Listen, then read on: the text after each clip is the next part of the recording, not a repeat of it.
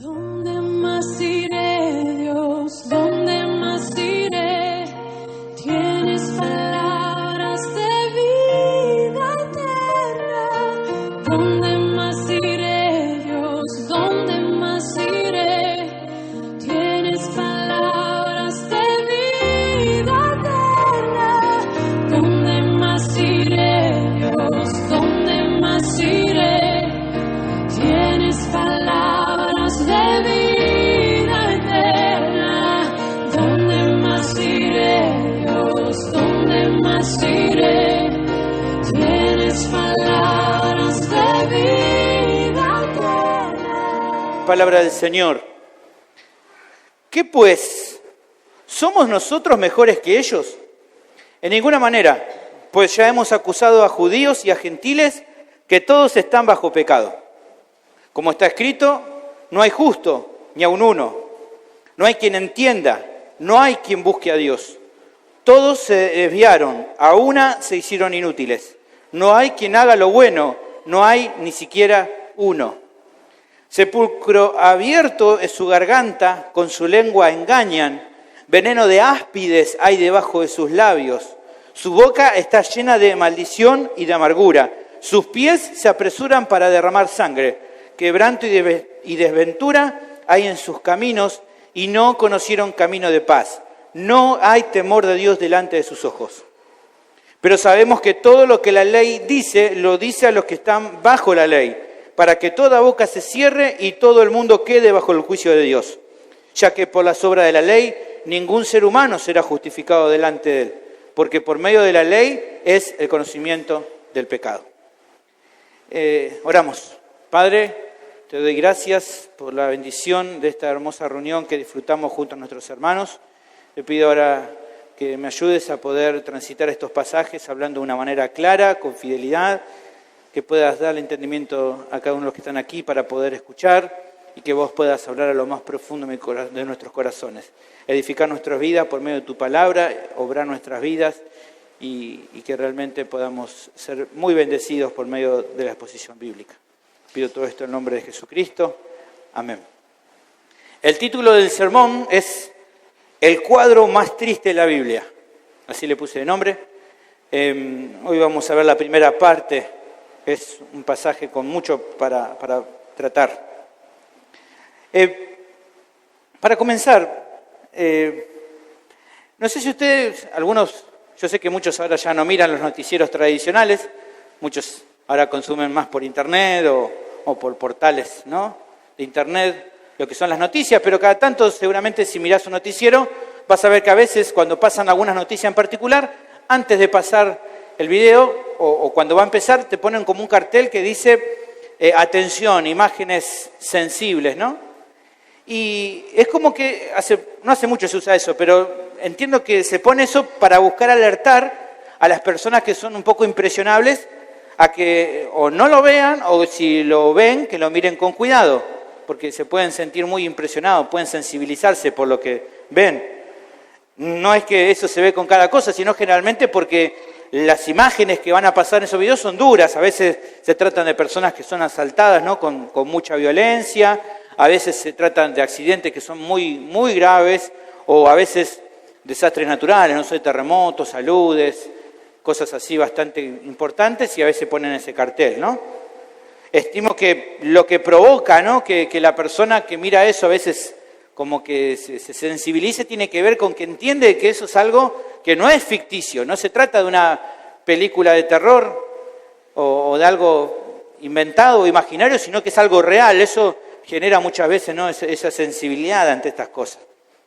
Ahora, haciendo un paralelo con el pasaje de hoy, yo creo que justamente el pasaje que tenemos, una gran parte del pasaje que tenemos, muestra justamente un cuadro muy duro y triste, que realmente tal vez hasta podríamos llegar a ponerle ojo porque es bastante sensible lo que vamos a ver. Es un pasaje que impresiona y que va a generar esa sensación porque aunque se escribió ya hace muchos años atrás, tiene una vigencia y que pareciera que es algo que es un cuadro pintado hace un día porque tiene plena vigencia lo que tenemos aquí y es algo real, no es algo inventado.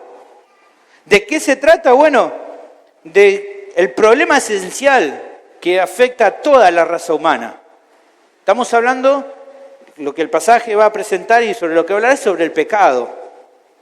Y es el principal problema. De hecho, a veces cuando usted escucha que se habla del Evangelio, ¿no? Y se dice, bueno, el Evangelio es las buenas noticias, ¿no? Y cuando se habla a veces eso se dice, bueno, pero antes de hablar de la buena noticia hay que hablar de las malas noticias. Y cuando decimos las malas noticias empezamos a pensar acerca del pecado. Y bueno, justamente en esta sección el apóstol trata esto. Trata sobre esta mala noticia, sobre el tema del pecado, pero lo hace de una manera especial.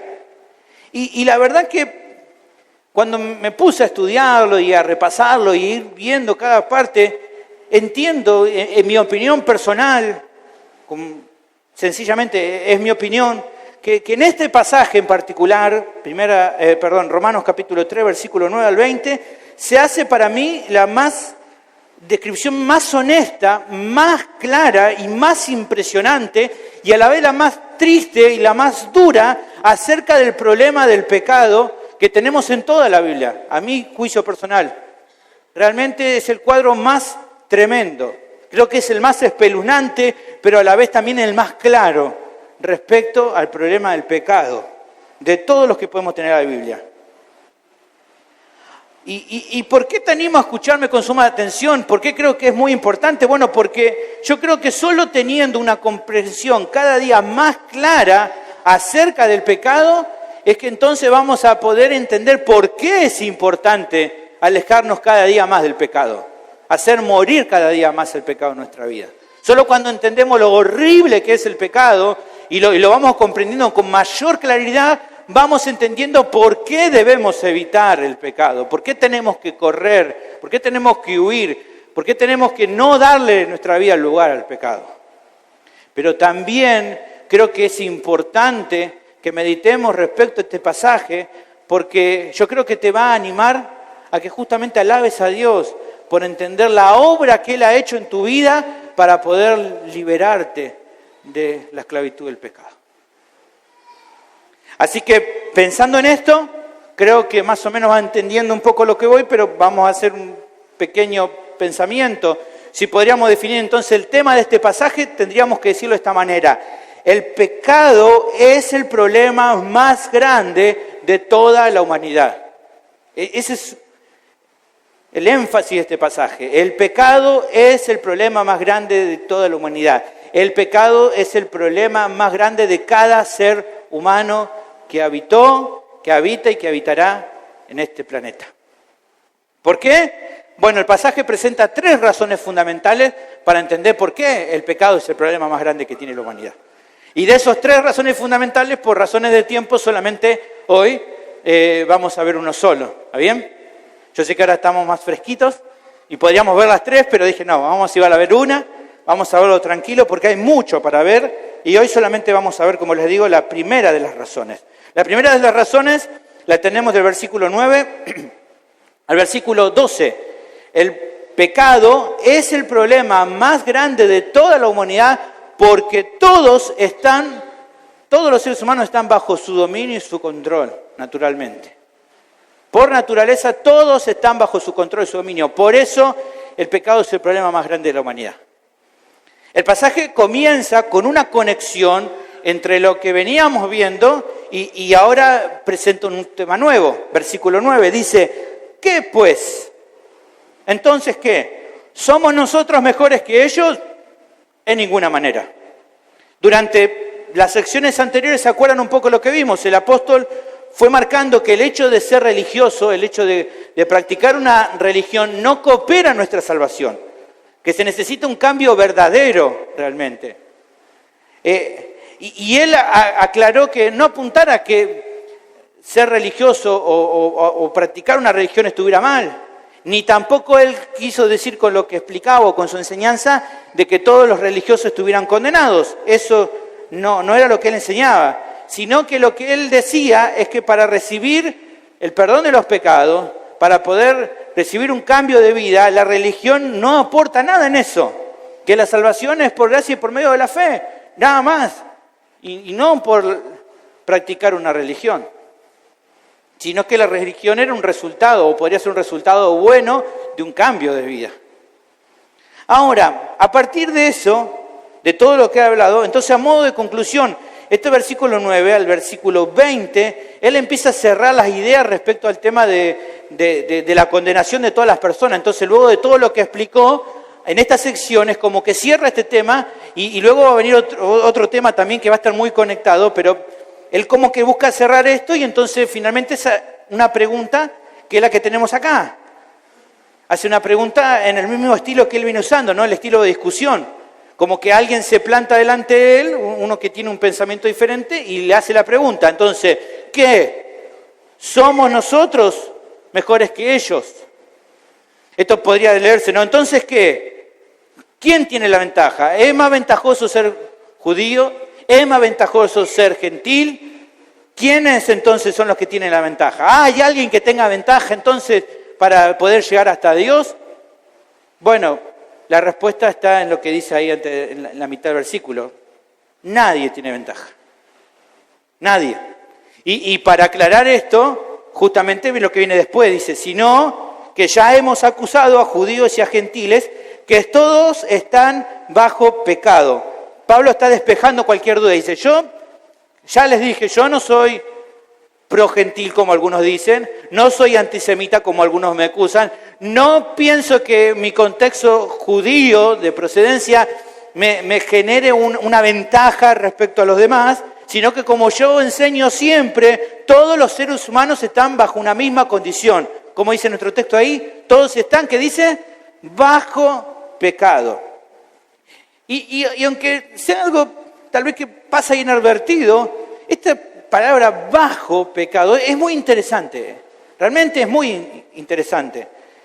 El pastor MacArthur dice al respecto, hupo, bajo, palabra bajo, hupo, era un término griego común que con frecuencia no quería decir simplemente estar debajo de algo, sino encontrarse totalmente bajo el poder, la autoridad y el control de algo o alguien. Agrega también, es obvio que ese es el concepto que Pablo tiene en mente aquí. Todo ser humano, judíos y gentiles por igual, todos están bajo, esto es, se encuentran subyugados y atados por completo al dominio del pecado. Y esta es la enseñanza que las Escrituras remarcan y que Pablo enseñaba en cuanto a todos los descendientes de Adán y que evidentemente Pablo enseñaba en su predicación. Todos son por naturaleza o todos somos por naturaleza pecadores. Un poquito más adelante vamos a ver en Romanos capítulo 5, versículo 12, dice, por tanto como el pecado entró en el mundo por un hombre, está hablando de Adán, y por el pecado de la muerte, así la muerte pasó a todos los hombres por cuanto todos pecaron. Cada ser humano nace esclavo del pecado. Nadie se escapa de esta condición. Nadie puede librarse de este mal, del mal del pecado. Pero nadie, no solo que todos, nadie se puede librar y que todos nacen en pecado, sino que tampoco nadie lo quiere hacer. Incluso, aunque la conciencia de las personas muchas veces le muestran lo que está bien y lo que está mal, viven aún así con naturalidad muchas veces su pecado. Y no solamente las personas grandes que hacen cosas y cometen delitos y no se arrepienten de lo que hacen. Ya desde pequeño, el niñito chiquito, pequeñito que vemos tan inocente, es capaz de mentirte la cara y decirte, yo no comí el chocolate, y sus manos están todas manchadas con chocolate. Y no tiene ningún arrepentimiento de lo que hice de mentirte en la cara. ¿Por qué? Porque no tienen problema, viven con naturalidad en su pecado. Lo único que hacemos al crecer es sofisticar nuestro pecado, es buscar mejores excusas para nuestro pecado. Pero el pecado es parte de la naturaleza del ser humano y nadie lo quiere dejar. Por eso el ser humano es a la vez una víctima esclava del pecado, pero también a su vez es responsable por su pecado y por eso va a ser un día juzgado. Esta es la primera razón entonces de por qué el pecado es el problema más grande de toda la humanidad. Porque todos, sin excepción, están bajo su dominio, bajo su control, a menos que Dios los salve. Esta es la primera razón y la que vamos a detenernos solamente hoy. Ahora, evidentemente, esta enseñanza, aparte de ser, como dijimos, toda una explicación detallada de lo que Pablo enseñaba para estos hermanos que todavía no había visitado, evidentemente eso busca apuntar a mostrar cuál era su doctrina, también buscaba hacer reflexionar a la iglesia en Roma. ¿Se acuerdan? Isa en su momento nos explicó y lo volvimos a repasar cada tanto. La iglesia de Roma se había formado en su comienzo por mayoría de judíos y un grupito de gentiles. Luego, con el tiempo, ya cuando Pablo escribe la epístola, la mayoría se presume eran gentiles y un grupo más pequeño de judíos.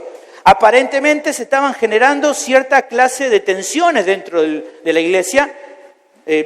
Al menos así le había llegado a Pablo, ¿no?, la información. Por ejemplo, estaba pasando que había algunos de una parte del grupo que buscaba imponerle sus costumbres o sus gustos personales a los otros. Y parecía que debían recordar que ninguno de ellos tenía mayor relevancia dentro de la iglesia o mayor importancia por provenir de un contexto o de otro. O sea, en un sentido, aunque Pablo está diciendo estas palabras de manera general para cualquier persona cualquier persona que habite en la tierra, en un sentido también estas preguntas podrían servir para los miembros de la iglesia y decir, ¿qué pues? ¿Somos nosotros los judíos o los miembros de procedencia judía mejores que ellos? ¿O somos los miembros nosotros gentiles o de procedencia gentil mejor que los miembros de procedencia judía? ¿Cuál tiene más ventaja? ¿A cuál Dios apoya más? ¿Cuáles somos los mejores? Bueno, la respuesta si en la iglesia pasaba eso era, nadie es más valioso en sí mismo. Nadie debería considerarse más valioso que el otro.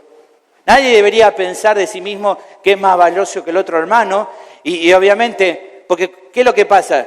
Como algunos estarían pensando que eran más valiosos que el otro, creían que ellos tenían que imponer sus costumbres a los otros. Y esto no estaba bien. Porque la condición de todas las personas y las condiciones de los que estamos aquí es una, de cada uno de los creyentes. ¿Cuál es? Somos pecadores redimidos que fuimos salvados por la misma gracia de Dios y no en base a méritos personales. No es que Dios te salvó, me salvó a mí porque yo era mejor que otro o yo me lo merecía más. Ninguno de nosotros lo merecíamos. Somos tan pecadores. Como diría un predicador muy antiguo, decía, la única diferencia entre vos, hermano, y el que está afuera es la gracia de Dios. No hay ningún mérito por el cual Dios te haya salvado, sino que fue por pura gracia. Por lo tanto, los hermanos tenían que estar enfocados en defender y en vivir y en unirse en el Evangelio de las verdades esenciales de la palabra y respetar las diferencias en cuestiones secundarias. Por ejemplo, no queriendo imponerle hábitos alimenticios que tenían que ver con costumbres o tal vez buscar celebrar ciertas fiestas o practicar el hecho de guardar ciertas fechas especiales. Algunos hermanos parecía que estaban queriendo hacer esto y le dice, eso no hace falta. El que lo quiera hacer, que lo haga y está bien. Y el que no lo quiera hacer, que no lo haga. Nadie debería imponerlo eso al otro. No es que uno es mejor y entonces es mejor el que lo hace que el que no lo hace, o es mejor el que come que el que no come. Fíjense que más adelante él va a explicar esto mejor. Solamente por arriba lo tocamos ahora, pero fíjense, Romanos capítulo 14, versículo 3, Pablo lo dice bien claro, el que come no menosprecia al que no come, y el que no come no juzgue al que come, porque Dios le ha recibido. Y versículo 6 luego dice, el que hace caso del día, lo hace para el Señor, y el que no hace caso del día, para el Señor no lo hace, y el que come, para el Señor come, porque da gracias a Dios, y el que no come, para el Señor no come y da gracias a Dios. Diciendo, déjense de bromar, ¿qué se van a estar peleando porque si come o no come un alimento? Hermanos, esas son costumbres y está bueno que cada uno las tenga, pero no busquen imponerle al otro y no utilicen la idea de pensar de que alguien es más valioso que otro como un argumento para querer imponerle un gusto personal. Respetemos eso y vivamos las verdades centrales del Evangelio y de la palabra como cosas a las cuales unirnos y defender juntos. Eso es lo que Pablo en un sentido está tratando ahí. Y esto realmente tiene que llevarnos a la reflexión también a nosotros. No se trata de que haya, hermanos, miembros que sean más valiosos que otros, o que los gustos personales de alguien tienen que ser impuestos al resto de la iglesia, sino que, hermanos, la verdad es que todos somos parte de un mismo cuerpo, sirviendo bajo la misma autoridad y usando nuestros dones de acuerdo al rol, la función que Dios ha determinado para nosotros. El valor, hermano, que poseemos es en la virtud de estar en Cristo y no en el contexto o lo que seamos nosotros naturalmente. Pero aquí, esto no termina aquí, el pasaje prosigue y justamente acá nos metemos, como yo digo, en la parte más jugosa y más tremenda de todo este pasaje. El pasaje prosigue una sección que es tremenda y lo que hace es utilizando, ¿no?, pasajes del Antiguo Testamento, el apóstol busca demostrar su doctrina, ¿no?, en cuanto al pecado, lo que nosotros se conoce técnicamente como la hamartiología, ¿no?, la doctrina del pecado. Y le busca demostrar que la doctrina que él defiende en cuanto al pecado, la hamartiología, no se sostenía su enseñanza de acuerdo a ideas personales, sino de acuerdo a la revelación bíblica. Y por eso él va a citar pasajes del Antiguo Testamento para demostrar que lo que él enseñaba era la verdad, que no era algo que se le ocurrió a él. Y fíjense que el versículo 10 arranca con esto, como está escrito. Y es interesante, uno lo lee así, parece rápido, pero el tiempo verbal, aunque nosotros no lo notemos mucho en español, el tiempo verbal, como está escrito, es un tiempo perfecto que da la idea de que es algo que está escrito, pero que no quedó en el pasado, sino que es algo que tiene vigencia siempre. O sea, esto que dice, lo que está escrito, lo que voy a decirle, es una verdad que no solamente era vigente e importante para los que recibieron en ese momento originalmente, sino que es igual de válido para cada uno de nosotros en el tiempo que sea. Sea persona de cualquier época de la historia y sea de cualquier contexto que sea. Y lo que hace entonces es pintar un cuadro que nosotros lo vamos a dividir en dos partes. La primera parte está relacionada con la idea, la primera hora, las razones, y que entonces pinta un cuadro realista. Por eso le puse el cuadro más triste de la Biblia, porque pinta un cuadro que es muy realista realmente, y que en esta primera sección lo que habla es respecto a que el pecado es universal, o sea, es algo que afecta a todas las personas. Y ahí entonces vamos a ver el versículo 10, dice, como está escrito, no hay justo ni aun uno, no hay quien entienda, no hay quien busque a Dios, todos se desviaron a una, se hicieron inútiles, no hay quien haga lo bueno, no hay ni siquiera uno. Fíjense que no hay. Él está marcando un énfasis para que entendamos respecto a que esto involucra a todas las personas por naturaleza, a todos. Y estos primeros versículos son afirmaciones que él utiliza, que son extraídas de los Salmos 14, versículo 1 al 3, y 53, 1 al 3, que son prácticamente muy similares. Podemos leer si quieren solamente uno. Salmo 14, 1 al 3, dice el necio en su corazón, no hay Dios. Se han corrompido, hacen obras abominables, no hay quien haga el bien. Jehová miró desde los cielos sobre los hijos de los hombres para ver si había algún entendido que buscara a Dios. Todos se desviaron a una, se han corrompido, no hay quien haga lo bueno, no hay ni siquiera uno. Y el otro es entonces Salmo 53, pero es bastante parecido. En estos salmos, lo que David, que escribe ambos, remarca la condición impía de los seres humanos por naturaleza. Él busca resaltar eso. Y Pablo utiliza eso para empezar a argumentar respecto a por qué él enseña esto en cuanto al pecado. Y creo, y me pareció muy útil repasar cada una de estas afirmaciones que él hace porque vamos a encontrar verdades muy importantes. Y creo que hoy va a ser lo único que vamos a avanzar es mirar esto nomás porque es tremendo cada una de esas afirmaciones. Te animo a que me sigas porque son tremendas. La primera la tenemos, versículo 10, dice, no hay justo ni aún uno. Esta primera afirmación refleja el estándar de Dios respecto a su justicia. O sea que acá cuando se remarca que no hay justo, No está queriendo decir Pablo, y tampoco quería decir el salmista, el salmo originalmente, no estaban queriendo decir de que no haya nadie que haga obras de justicia. No está queriendo decir que la gente no haga cosas buenas. Evidente, hermano, todos lo sabemos, los incrédulos hacen cosas, los creyentes hacen cosas buenas, claramente, los incrédulos también hacen cosas buenas, los judíos religiosos que vivían una religión externa también hacían cosas buenas, y aún los paganos también hacen cosas buenas. Por eso es imposible que lo que el pasaje esté queriendo decir acá es nadie hace nada bueno. No, evidentemente la gente hace cosas buenas. Lo que apunta aquí el pasaje es a otra cosa. Lo que está queriendo decir acá es que esas cosas buenas, esas obras de justicia que las personas hacen, no les alcanzan para satisfacer las demandas de la justicia de Dios. Si una persona quisiera presentarse delante de Dios para que Él lo juzgue, esperando que Dios lo declare inocente por sus obras no les alcanzan. Porque Dios no nos juzga de acuerdo a nuestras obras, sino de acuerdo a su justicia. Porque Él no puede bajar su estándar, porque si no sería injusto. Vamos a ver un poquito más esto. O sea, y pensando en esto entonces lo que entendemos que nadie, por su propia naturaleza, por sus propias obras, por su propia justicia, puede ser declarado inocente por Dios si Dios lo juzga. Nadie.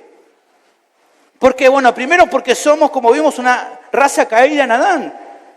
En Romanos 5:19 se remarca, por la desobediencia de un hombre, los muchos fueron constituidos pecadores. Entonces, ya desde el vamos estamos mal. Pero no solo que por naturaleza somos pecadores, sino que también todas nuestras acciones nos condenan delante de Él, hermano. Por lo que entonces, de acuerdo a nuestra condición humana natural, nadie puede llamarse justo a sí mismo. Nadie puede decir, bueno, yo soy justo, entonces Dios me tiene que tratar como inocente, porque hago muchas cosas buenas.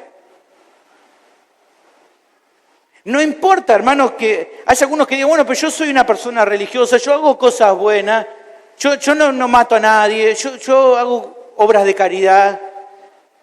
Eso tiene que contar delante del tribunal de Dios. Bueno, hermanos, no cuenta que vos digas, practico una religión, entonces Dios me tiene que aceptar. Eso no cuenta. ¿Por qué? Porque la realidad es que no existen diferentes grados de justicia. No dice, bueno, este no está tan perdido como este otro. Dios no hace eso. O no dice Dios, bueno, este es más o menos mejor justo que este otro. No, para Dios solamente hay dos condiciones delante de Él. O se es perfectamente justo o se es completamente pecador. Para Él no hay término medio en cuanto a su salvación, en cuanto a declarar a alguien inocente en su tribunal. No hay. Como un comentarista declara con precisión, algo muy lindo decía, en otras palabras, una persona que no sea tan buena como Dios no es aceptable para Dios. Repito, en otras palabras, una persona que no sea tan buena como Dios no es aceptable para Dios. Como Pablo aclara más adelante en la epístola y como todo el Nuevo Testamento enseña en su extensión, los hombres pueden llegar a ser perfectamente justos cuando la justicia de Cristo les es imputada. La verdad que hace del Evangelio las buenas nuevas es precisamente que Dios ha provisto un camino para que los hombres puedan ser perfectos, divinamente perfectos. Pero esa perfección viene por entero como resultado de la gracia de Dios cuando se responde por fe a su Hijo Jesucristo. O sea, que alguien te diga vos o que alguien se presente y no diga, bueno, pero yo no soy tan malvado como él. En comparación con otro no soy tan malvado, por lo cual Dios tendría que aceptarme más a mí. Si alguien pensara de alguna manera en querer comparar justicias y por eso que Dios lo salve, sería, por ejemplo, como que viniera el mejor atleta olímpico conmigo y hiciéramos una competencia para ver, los dos nos paramos en la costanera y decimos, bueno, a ver, ¿quién de los dos llega hasta el Uruguay, saltando? ¿Quién se imaginan que entre los dos ganaría? Me dice, no, usted, pastor. No, digamos la verdad, las cosas como son. Evidentemente yo no le voy a ganar, él va a saltar más largo que yo. Pero Una vez que los dos saltamos, ¿cuánto puedo saltar? 2 metros, 1 metro, no sé, bueno, un poquito. Él va a saltar 5, 6, 10 metros, pónganle. Pero ¿saben cuál es el asunto? En comparación con la meta de querer llegar hasta Uruguay, la distancia todavía sigue siendo igual de grande. Es igual de grande. Por más que él tenga una distancia un poco más que la mía. La distancia es inalcanzable. No se puede cubrir. Así está la humanidad delante de Dios. Ni por asomo nos alcanza a nosotros, por nosotros mismos, para llegar a la medida de justicia que Dios quiere. Romanos capítulo 3, versículo 23 lo declara. Si podés ponerlo, por favor, en versión Biblia de las Américas. Nos ayuda a entender un poquito más.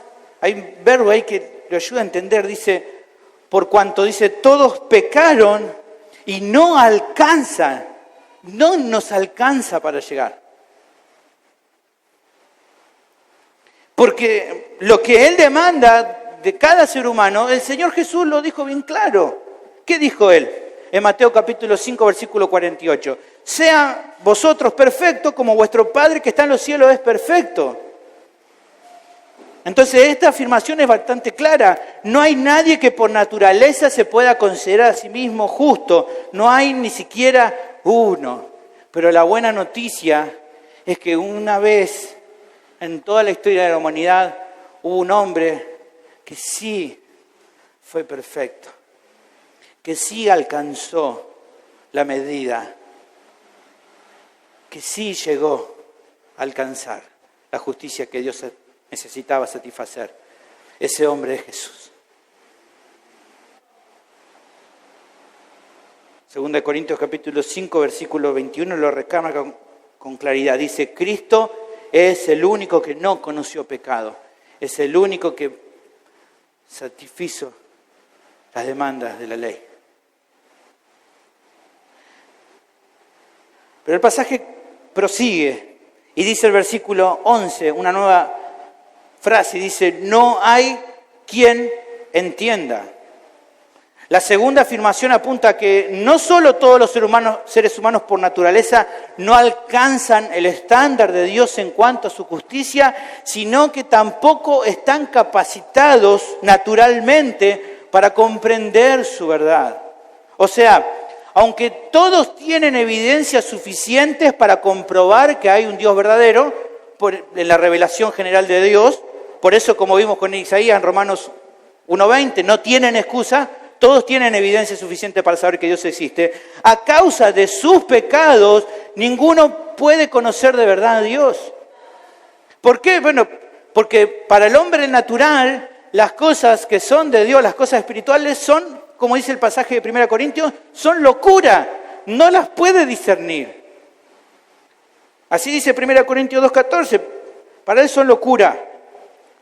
Pero son locura no porque no tiene oportunidades de conocer bien a Dios, sino porque en su pecado no desea hacerlo. Y mucho menos desea obedecerle o servirle.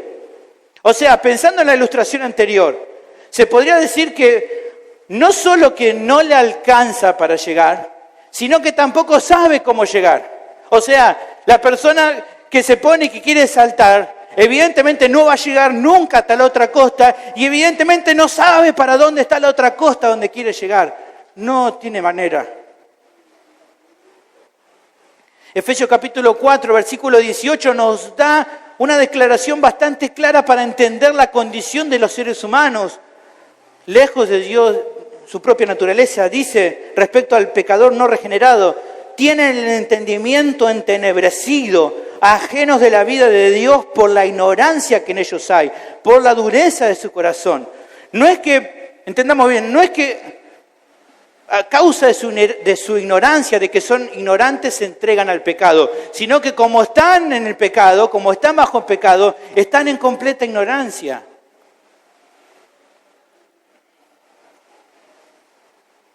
El pastor MacArthur usa el relato que escribió aquí para ilustrar esta verdad. Él dice algo así, miren, escuchen. Imagínense la situación. Dice él, hace unos años ocurrió una historia fascinante y a la vez patética con una pata en un parque de Toronto, Canadá. La pata, a la que se le puso el nombre de Ringo, hizo su hogar en el lago del parque. Un día atravesó por accidente con su pico la tapa de una lata de gaseosa y no podía librarse de ella, por lo que el animal no podía comer y pronto iba a morir. Cuando algunos visitantes se dieron cuenta del problema, avisaron al personal del parque y a expertos en animales para buscar la forma de atrapar a Ringo para poder solucionar su problema. Se llamó hasta un especialista en llamado de patos. La gente trataba de atraerla con alimento, pero sin éxito. Lamentablemente, la pata, asustada, tomó como amenazas todos los intentos de ayudarla. Los rescatadores la perdieron de vista y nunca pudieron atraparla. No se sabe si Ringo pudo sacarse la lata de su pico antes de morir. El hombre caído y condenado, atrapado en su pecado, se encuentra en medio de una confusión similar a la de Ringo. Puesto que ve al Evangelio como una amenaza para su estilo de vida y no como su única vía de escape hacia la bendición eterna, realiza todos los esfuerzos posibles para escapar del mensaje que el Señor en su gracia ha provisto para su salvación. Entonces, en conclusión, la segunda afirmación sería esta. No solo que ningún ser humano por naturaleza es capaz de entender a Dios, sino que tampoco ninguno tiene interés por conocerlo. Por eso es que justamente se necesita que Dios abra el entendimiento para que el hombre pueda conocerlo a través de Cristo, como nos dice 2 Corintios capítulo 4, versículo 6. Porque Dios que mandó que de las tinieblas resplandeciese la luz, es el que resplandeció en nuestros corazones para iluminación del conocimiento de la gloria de Dios en la faz de Jesucristo. La siguiente de las afirmaciones la tenemos en nuestro pasaje, sigue ahí, dice, no hay quien busque a Dios. La siguiente afirmación es otro concepto duro. ¿Por qué? Porque incluso muchas religiones, muchas personas que son religiosas dicen que buscan a Dios, pero la realidad es que por naturaleza nadie lo busca de verdad. Nadie lo busca de verdad. Y no porque Dios no esté interesado en que las personas lo busquen. De hecho, todo lo contrario. La Biblia, la palabra afirma que los que buscan a Dios de todo corazón lo van a encontrar. Él promete eso. Isaías capítulo 55, versículo 6 dice, buscad a Jehová mientras puede ser hallado. Llamadle en tanto que está cercano.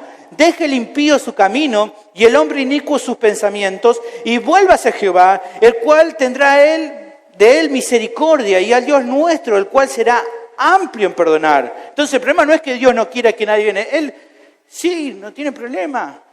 Pero el problema es que debido al pecado, ninguno ser humano está interesado por sí mismo a querer buscarlo con sinceridad.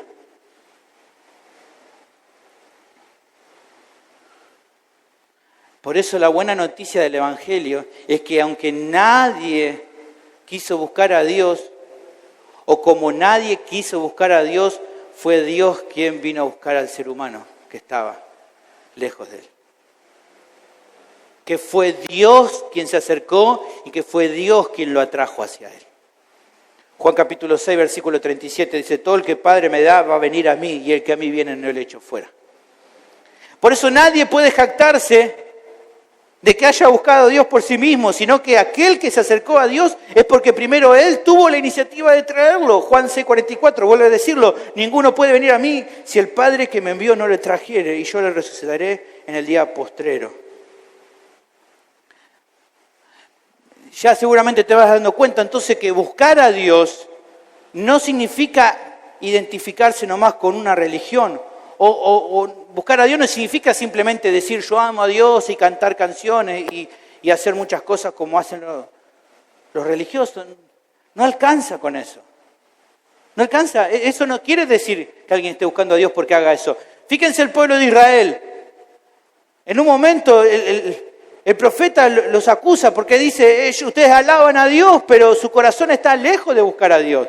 En Isaías 29:13 dice pues el Señor, este pueblo se acerca a mí con su boca y con sus labios me honra, pero su corazón está lejos de mí. Y su temor de mí no es más que un mandamiento de hombres que le ha sido enseñado. Ustedes no me están buscando. Con su boca me buscan, pero con su corazón no me están buscando de verdad. Por más que me canten canciones, no me buscan de verdad.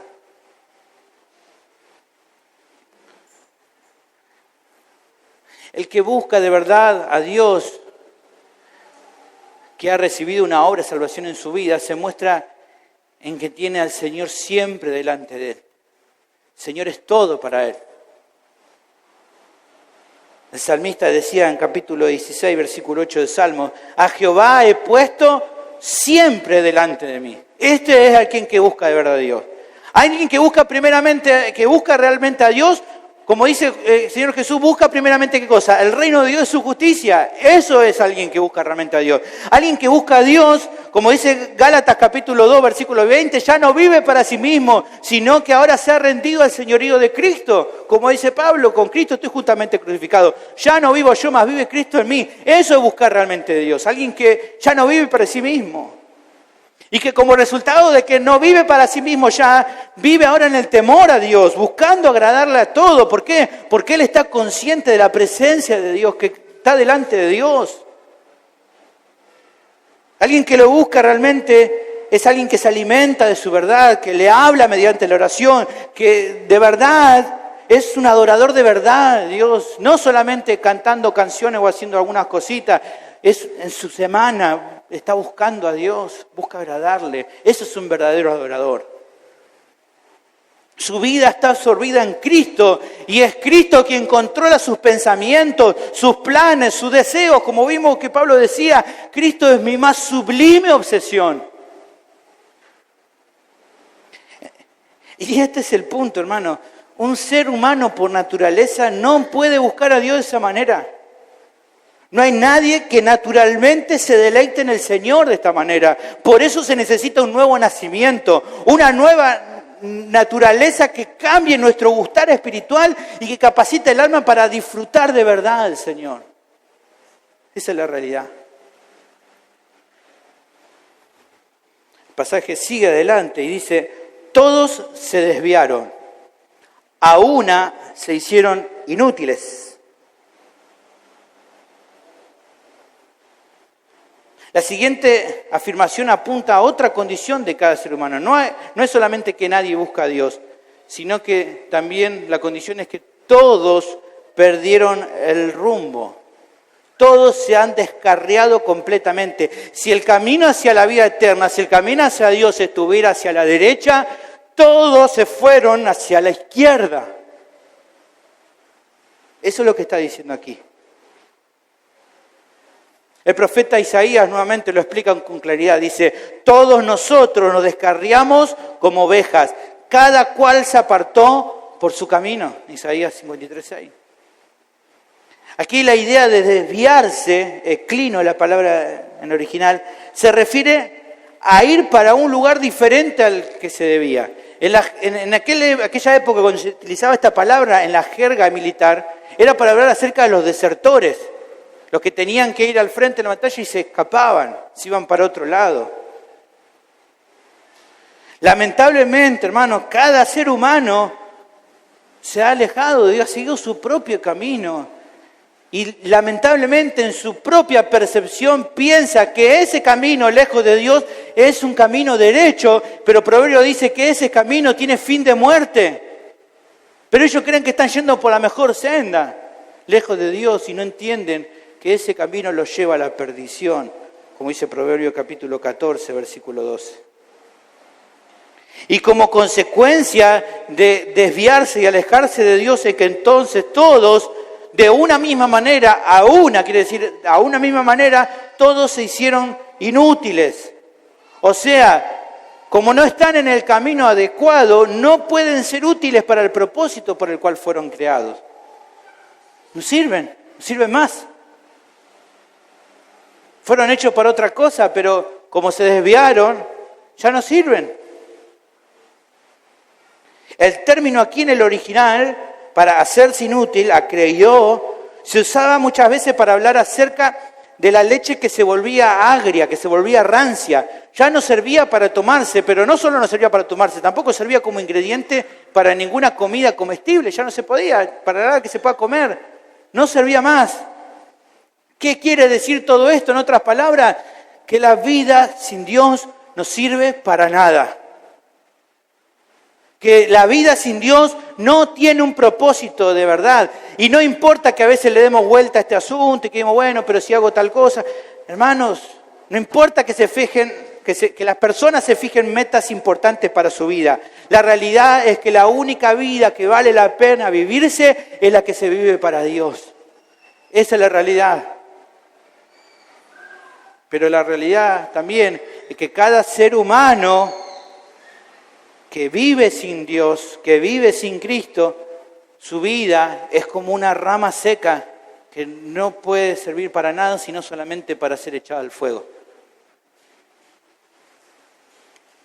El Señor Jesús lo dijo en Juan capítulo 15, versículo 6. El que en mí no permanece será echado a fuego como pámpano y se secará, y los recogen y los echan en el fuego y arden. Esta es la realidad entonces para cada persona que se aleja de Dios, cada cual que se desvía por su camino. Esa persona se va a perder eternamente.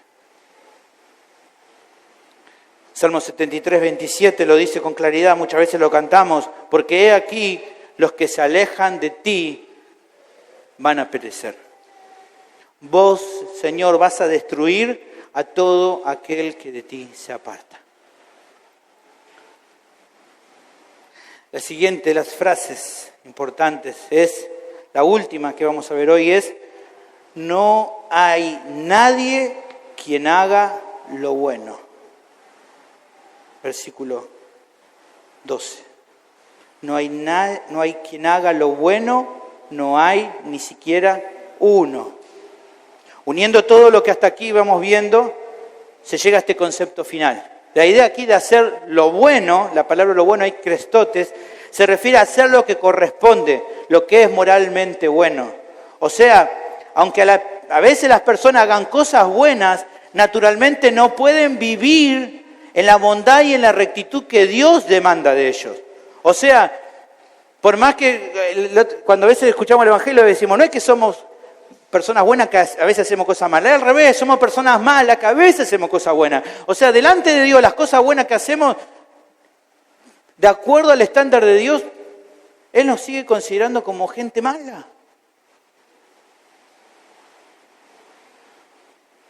Gente que está corrompida por naturaleza, gente que por más que diga que hace cosas buenas, si se miraran nuestro corazón verían que no son tan buenas. El famoso evangelista Moody decía algo así, decía, si en esta ciudad, dice él, se abriera una tienda, donde en esa tienda se le pudiera sacar foto a los corazones de las personas, evidentemente esa tienda cerraría muy pronto por falta de clientes, porque nadie va a querer que le saque una foto a su corazón, porque nadie tiene un corazón que sea digno de ser sacada una foto. Nadie puede alegar que su corazón es bueno y recto delante de la santidad de Dios. Hemos escuchado a veces sobre esto cuando escuchamos el Evangelio que nos hablan, si pudieran meter en nuestra mente, ¿no? Si pudieran meter aunque sea por una semana un chip que mostrara todo lo que hay, todo lo que sale en nuestro corazón, todo lo que se cruza por nuestra cabeza, y luego de grabarnos por una semana pusieran una película de eso, evidentemente la película sería una película de terror, de horror. ¿Por qué? ¿Qué saldría en esa película? Odio, malos pensamientos, mentiras, envidia, celos, orgullo, inmoralidad. El corazón del ser humano, hermano, está infectado de toda la maldad que el pecado le puede ofrecer. Y sus deseos engañosos lo convencen de que, aunque está pasando todo eso, él está re bien, no pasa nada, está todo piola. Mientras los demás no lo sepan, puedo seguir haciendo eso. Pero la realidad es otra, hermano. Está engañado en su propia maldad el ser humano. Por eso el énfasis en esta parte es claro, como leímos en el Salmo. Dios miró en la tierra, miró, para ver si encontraba tal vez un solo hombre o una sola mujer que lo deseara de todo corazón, que lo buscara con toda su fuerza, que fuera lo suficientemente justo y bueno, que por su propio bien cumpliera con su voluntad siempre. ¿Y saben qué pasó cuando miró? Fue la nada misma, no encontró ni siquiera a uno así. Por eso entonces, para salvar al hombre, lo que tuvo que hacer Dios es Él mismo hacerse hombre.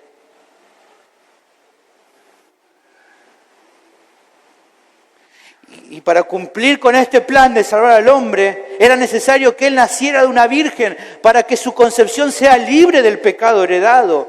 Y luego vivir una vida perfecta, incluso padecer tentaciones semejantes a las nuestras, pero sin pecar. Y en la cruz tomar nuestro lugar. Pero como Él fue perfecto y santo, la muerte no lo pudo contener. Su cuerpo no sufrió la corrupción de la muerte. Y al tercer día resucitó y recibió un cuerpo nuevo que es primicia de todos los que creen, lo que van a recibir en su nombre, los que creen en Él. Como dice 1 Corintios capítulo 15, versículo 20, miren qué precioso lo que dice. Lo volví a repasar hoy, mi corazón bramaba ante esta verdad. Dice, mas ahora Cristo ha resucitado de los muertos, primicia de los que durmieron es hecho, porque por cuanto la muerte entró por un hombre, también por un hombre la resurrección de los muertos. Porque así como en Adán todos mueren, también en Cristo todos serán vivificados. Gracias, Señor. Gloria a Dios por eso. El pecado, evidentemente, es el gran problema de toda la humanidad. Pero Cristo es la solución, la única solución.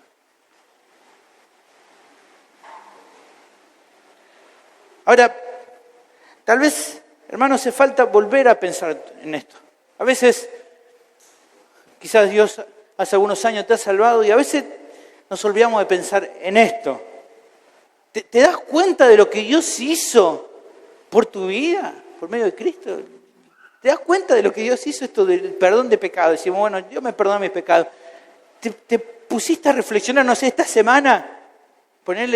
¿Te pusiste a reflexionar estos días? ¿Qué significa que Dios haya perdonado tus pecados? O sea, vos estabas en la condición de pecado, bajo pecado, lo mismo que los demás. Efesios 2, 1-3 dice, Él os dio vida a vosotros cuando estaban muertos en vuestros delitos y pecados, en los cuales anduviste en otro tiempo, siguiendo la corriente de este mundo, conforme al príncipe de la potestad del aire, el espíritu que ahora opera en los hijos de desobediencia, entre los cuales también todos nosotros vivimos en otro tiempo, en los deseos de nuestra carne, haciendo la voluntad de la carne y de los pensamientos. Y presta atención de esto, y éramos por naturaleza hijos de ira, lo mismo que los demás. Pero aquí la buena noticia, como sigue el versículo de Efesios 2, pero Dios, que es rico en misericordia, por su gran amor con que nos amó, aún estando nosotros muertos en pecado, nos dio vida juntamente con Cristo. Por gracia soy salvo. Hermano, ¿acaso hay un motivo más importante para alabarle? ¿Acaso necesitas que Él haga algo más por tu vida para que te rindas cada día a su voluntad? ¿Acaso hay alguna otra razón que necesites conocer para amarle y servirle a Él y servir a otros que Él pone en tu camino? ¿Realmente hay algo más que tengan que hacer?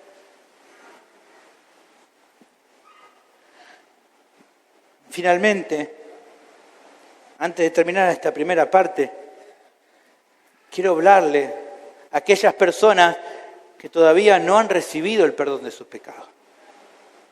Yo sé que, y es cierto, ¿no?, que la gente se asombra por los avances científicos que hay en la actualidad, avances que permiten que enfermedades que hace años atrás eran mortales, hoy ya no lo sean. Es una cosa impresionante eso. Y sabemos y pensamos que tal vez dentro de algunos años, cosas que hoy no se pueden curar, seguramente se va a encontrar una cura. Y todo eso es fabuloso. Pero hay un problema Hay un problema, vos que todavía estás sin Cristo, hay un problema que tenés que ningún científico o médico puede resolver en tu vida. Un mal que hay dentro de tu vida que ni el mejor cirujano te puede quitar. Que no hay pastillas, no hay inyecciones, no hay jarabe, no hay terapia, no hay dinero, no hay amigos, no hay fama, no hay nada que pueda apaciguar o arreglar tu gran problema. ¿Sabés cuál es el problema de que te estoy hablando? A ver si, es obvio, estás hablando del pecado. Yo sé que vos lo sabés que tu gran problema es el pecado. Sé que seguramente ya lo sabías, que tu gran problema es el pecado. Pero lo que quiero llamarte es, si vos te das cuenta que el gran problema de tu vida es el pecado y los frutos en tu vida que demuestran que todavía seguís en tus pecados, evidentemente no estás tratando el gran problema en tu vida como tiene que ser tratado. ¿De qué sirve que te des cuenta que el problema que tenés en tu vida es el pecado si todavía no lo trataste como tenías que tratarlo?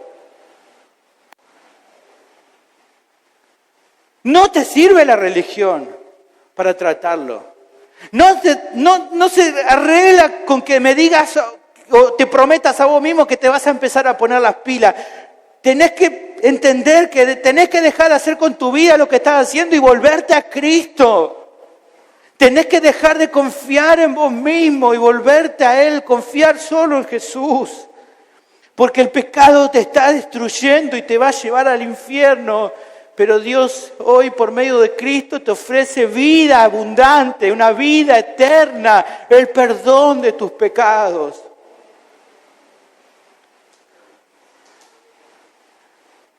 Que si te arrepentís y crees en el Señor, Él te libra de la condenación y te va a dar una vida eterna que nadie jamás te va a poder quitar.